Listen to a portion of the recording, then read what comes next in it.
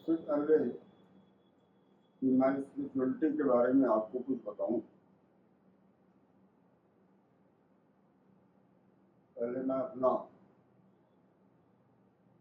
हल्का सा परिचय आपको दे देता हूँ।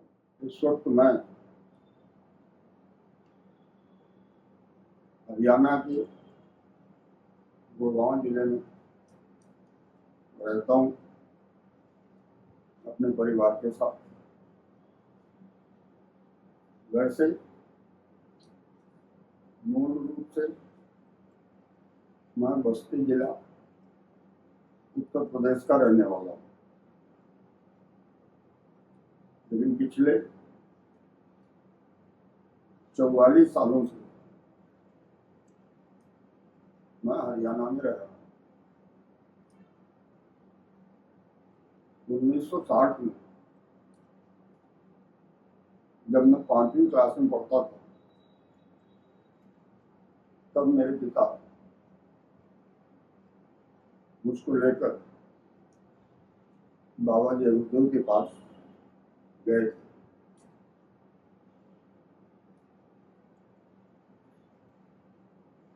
बाबा जयदेव ने जब मुझे देखा तो मेरे पिता से बोले, बच्चों ये लड़का मुझे दो। पिताजी भाव में आ गए और बोले कि महाराज आती क्या है। बाबा जयदेव ने कहा कि तब ठीक। उसके बाद धीरे धीरे करके मेरा झुकाव बाबा जयदेव की तरफ होने लगा और अपने माँ बाप के प्रति कम होने लगा।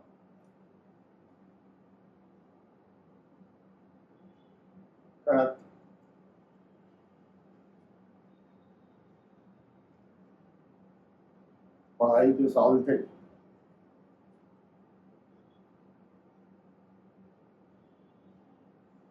पहले मैं स्कूल में था, फिर कॉलेज में गया, फिर यूनिवर्सिटी में गया और अल्टीमेटली मैकेनिकल इंजीनियरिंग की डिग्री लेकर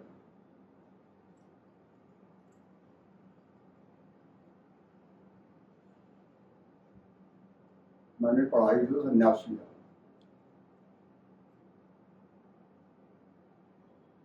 और उसके बाद फिर सामाजिक जीवन में,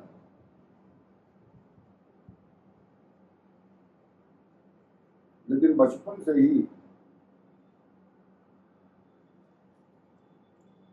मुझे एक सपना आता था। उस सपने में मुझे आसमान दिखाई पड़ता था। उस आसमान में पूर्णमासी का चंद्रमा दिखाई पड़ता था और पूर्णमासी चंद्रमा के अंदर मुझे एक बाबा जी दिखाई पड़ते थे, लेकिन वो बाबा जी नहीं थे जो बाबा जयदेव। उनकी सरल सूरत बाबा जयदेव से नहीं मिलती थी। तो मैं अपनी माँ से पूछता था, उसको बताता था, मेरी माँ विश्वास नहीं करती थी। कहती थी कि सपने सच नहीं होते हैं। जबकि हर 3-4 महीने के बाद वो सपना मुझे रिपीट होता था और उस सपने में बाबा जी मुझसे कहते थे कि बच्चों तुम मेरे पास आ जाओ। अब मेरी समझ में नहीं आता था कि मैं इतनी दूर कैसे जाऊं।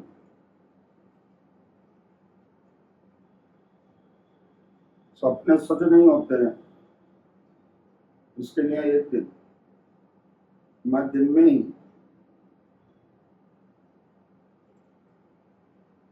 पद्मासन की अवस्था में आंख बंद करके बैठ गया, ये जानने के लिए कि बाबा जी दिन में भी दिखाई पड़ते हैं कि नहीं।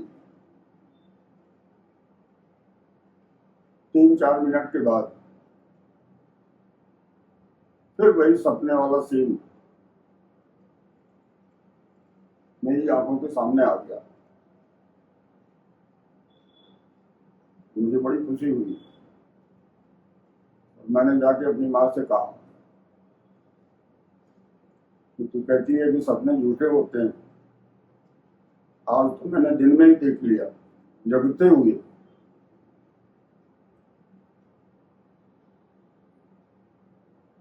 चूंकि मेरी माँ को स्पिरिचुअलिटी के बारे में कोई नॉलेज नहीं थी, इसलिए वो मेरी बातों को अनसुना कर देती थी।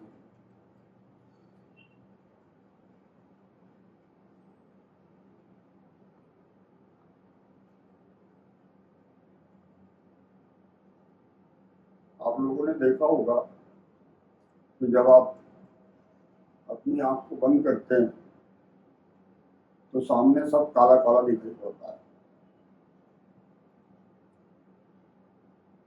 लेकिन मैं जब आंख बंद करता था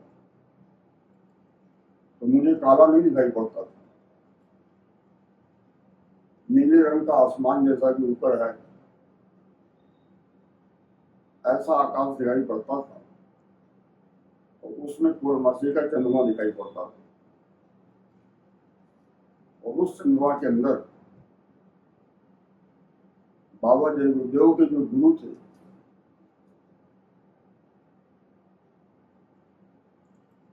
जिनको कि हम दादा गुरु कहते हैं, जो चिरौली गांव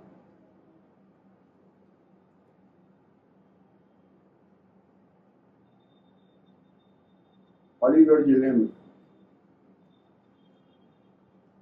रहते थे, उन्होंने ही बाबा जय गुरुदेव को नामदान दिया था।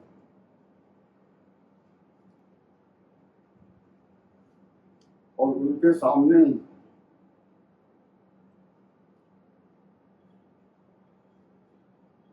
बाबा जय गुरुदेव ने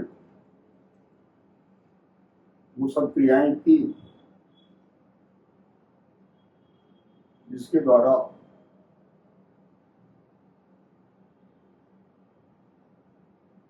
आदमी का जो सुनेत्र होता है, जिसे थर्ड आई कहते हैं, वो खुल जाता है। और फिर हमें आसमान के ऊपर की चीजें दिखाई पड़ती है।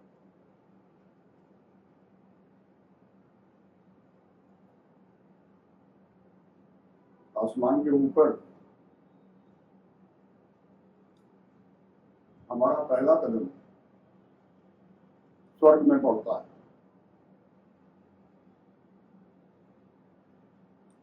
जो हर प्रकार के सुखों से भरपूर है। तरह तरह के मनोरंजन कार्यक्रम वहां होते रहते हैं।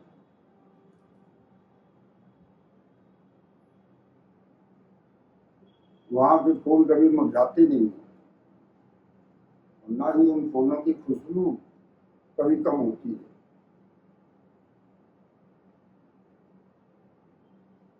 सारी औरतें खूबसूरत होती हैं, सारे आदमी हैंडसम होते हैं, बच्चे बड़े सुंदर होते हैं।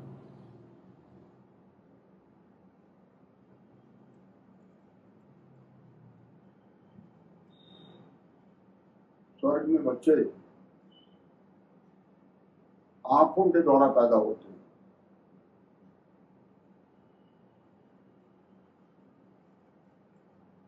क्योंकि वहां पर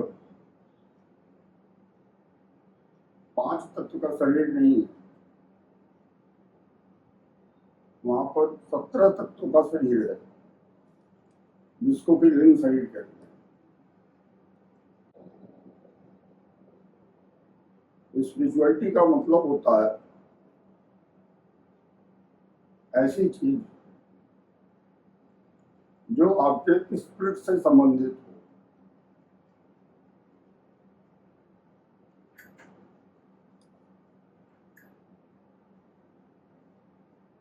इस संसार में स्पिरिट ही सच है, बाकी सारी चीजें झूठी,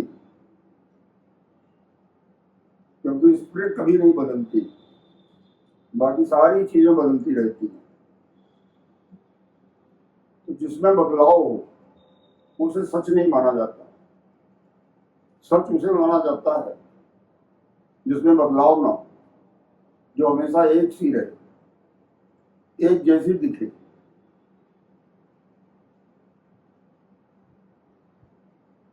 इसीलिए जब आप गोस्वामी जी महाराज का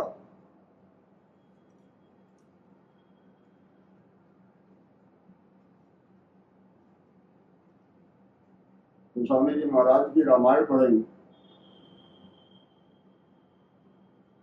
तो रामायण के बाल कांड में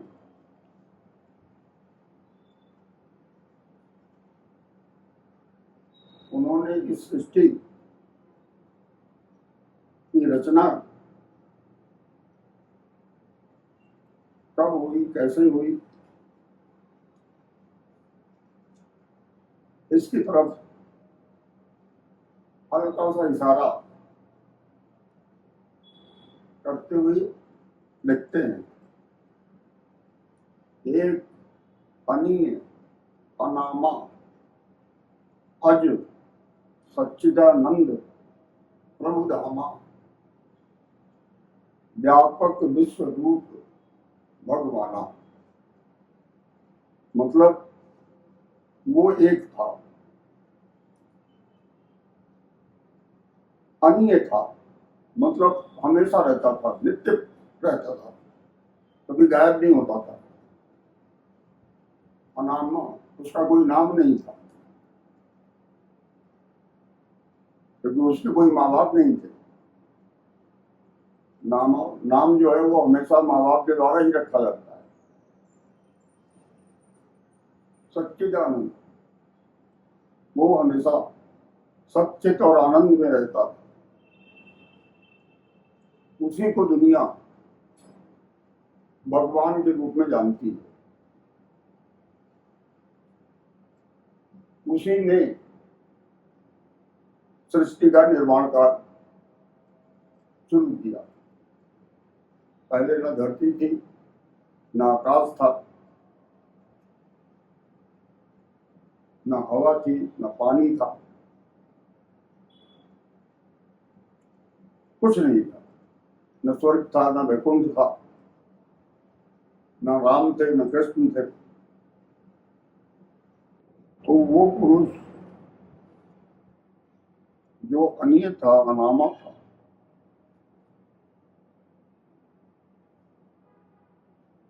उसकी मौज हुई कि चलो रचना करते हैं। तो उसने एक आवाज अपने मुख से निकाली,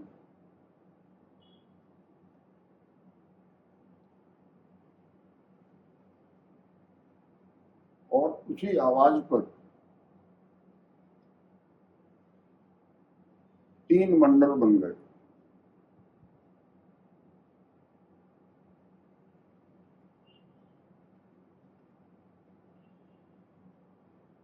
और 3 पुरुषों की उत्पत्ति हुई।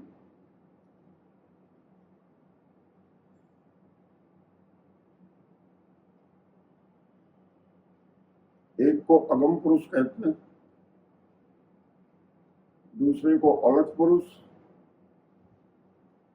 और तीसरे को सत्पुरुष।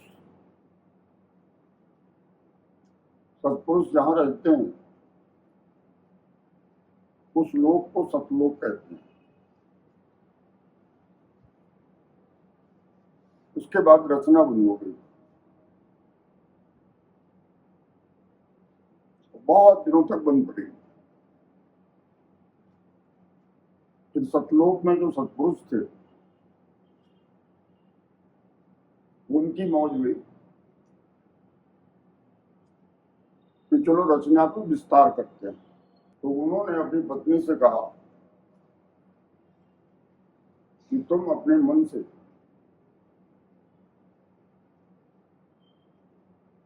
16 पुत्र पैदा करो।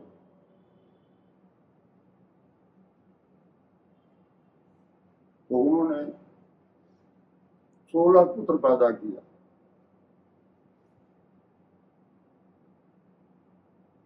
जिसमें से 12 पुत्रों का खुलासा आज तक किसी भी संत ने नहीं किया, सिर्फ 4 का किया।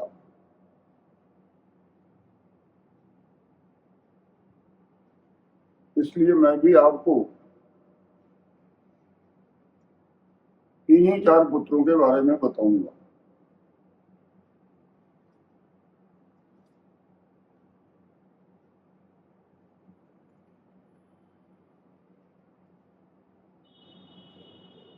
इन चारों में जो सबसे छोटे हैं उनका नाम है निरंजन। निरंजन के ऊपर जो है वो है ब्रह्म, और ब्रह्म के ऊपर जो है उन्हें पार ब्रह्म कहा जाता है, और पार ब्रह्म के ऊपर जो है उन्हें महाकाल की संज्ञा दी गई।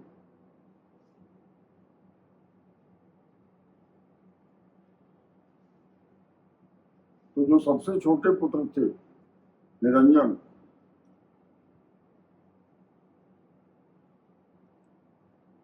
उन्होंने बहुत समय तक अपने पिता का ध्यान लगाया,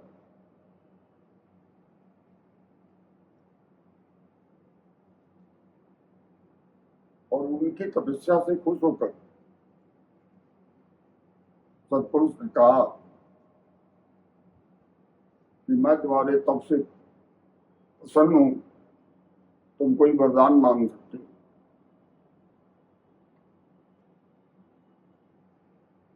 तो निरंजन भगवान ने कहा कि जिस तरह का लोक आपका है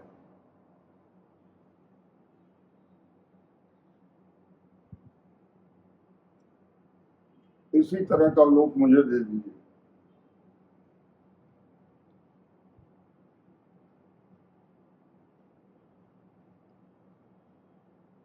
सतपुरुष ने उन्हें वरदान दे दिया कि ठीक है, जाओ, तुम्हें मिल जाएगा। तो सतपुरुष ने उनके लिए 3 लोगों की रचना किया, जिसमें जो सबसे नीचे का लोक था उसको पाताल लोक कहा गया, जो बीच का था उसे पृथ्वी लोक कहा गया, और जो सबसे ऊपर था उसको अंडलोक कहा गया। और ये तीनों लोक जो हैं निरंजन भगवान के अंदर में आते हैं।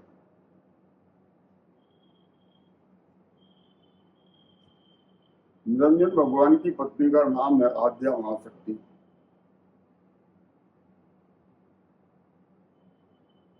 निरंजन भगवान ने भी आद्या महाशक्ति से कहा कि तुम भी अपने मन से 3 पुत्र पैदा करो और उनसे कहो कि समाधि लगाएं।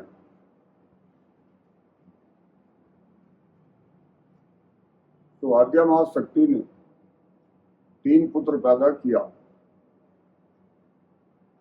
जिनका नाम ब्रह्मा, विष्णु और महेश रखा गया।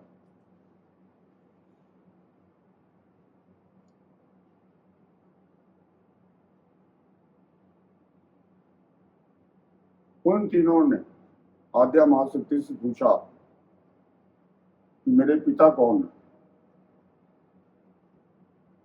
तो आद्या महाशक्ति ने कहा कि तुम समाधि लगाओ, समाधि के दौरान तुम्हारे पिता तुम्हें दर्शन देंगे। तो तीनों ने समाधि लगाई।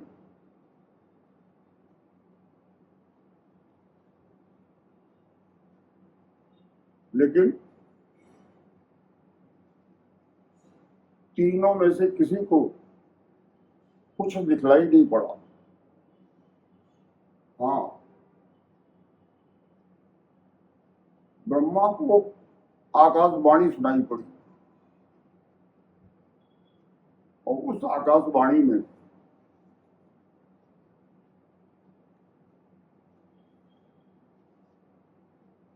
आकाशवाणी करने वाला बोला कि मैं 4 संस्कृत के श्लोक बोल रहा हूं, इसे तुम लिख लो। तो उन्होंने 4 संस्कृत के श्लोक बोले, जिसे ब्रह्मा जी ने लिख लिया। उसके बाद उन्होंने कहा कि अब इन 4 श्लोकों का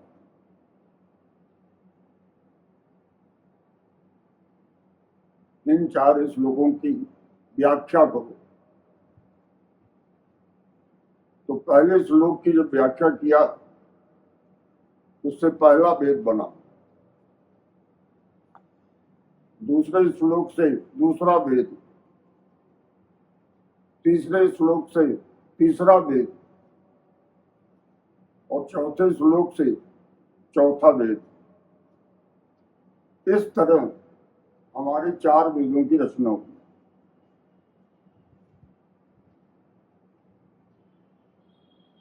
जिसमें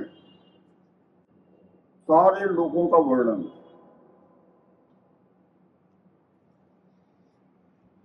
खास करके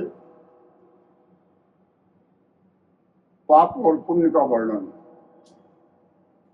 कि क्या पाप है क्या पुण्य है, क्या आपको करना है और क्या आपको नहीं करना है।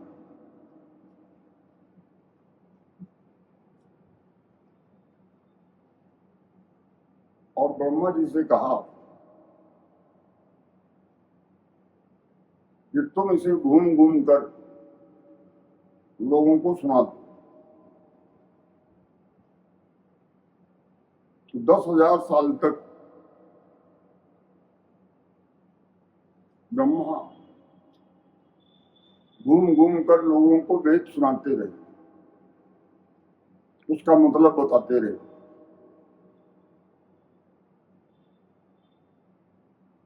10,000 साल के बाद निरंजन भगवान ने कहा कि अब लोगों को बता दो कि आज से ये सारे नियम लागू हो गए, अभी तक लागू नहीं थे। इसीलिए पाप पुण्य का कोई हिसाब किताब नहीं रखा गया। लेकिन अब चूंकि लागू हो गए हैं,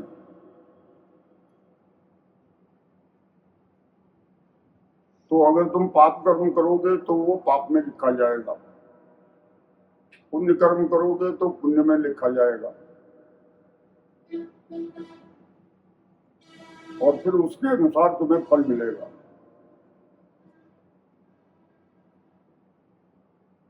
पुण्य कर्म करोगे तो उसके लिए मैंने स्वर्ग और वैकुंठ बनाए, वहां भेज देंगे। पाप कर्म करोगे तो उसके लिए मैंने नर्क और 84 लाख योनियां बनाई, वहां भेज दिया जाएगा। अब आदमी जब यहां पैदा होता है तो या तो पाप करता है या पुण्य करता है। कोई ऐसा आदमी नहीं है जो ये कहे कि मैं तो न पाप करता हूं न पुण्य करता हूं, मैं न्यूट्रल रहता हूं।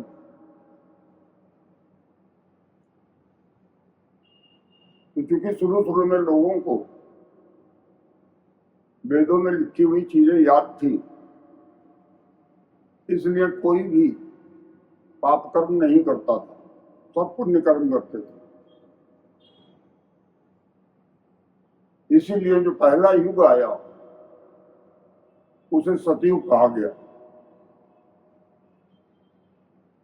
सतयुग में हर आदमी सत्य बोलता था, झूठ कोई नहीं बोलता था।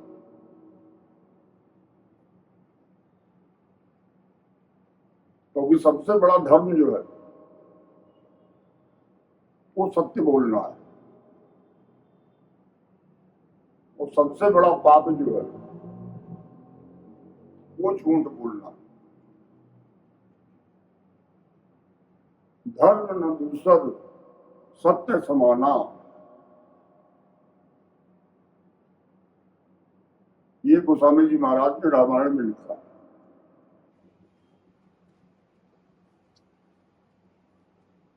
ठीक है, आज के लिए बस इतना सा। आगे फिर मुलाकात होगी तो आप लोगों को कुछ और नई नई चीजें बताऊंगा। तब तक के लिए जय गुरुदेव।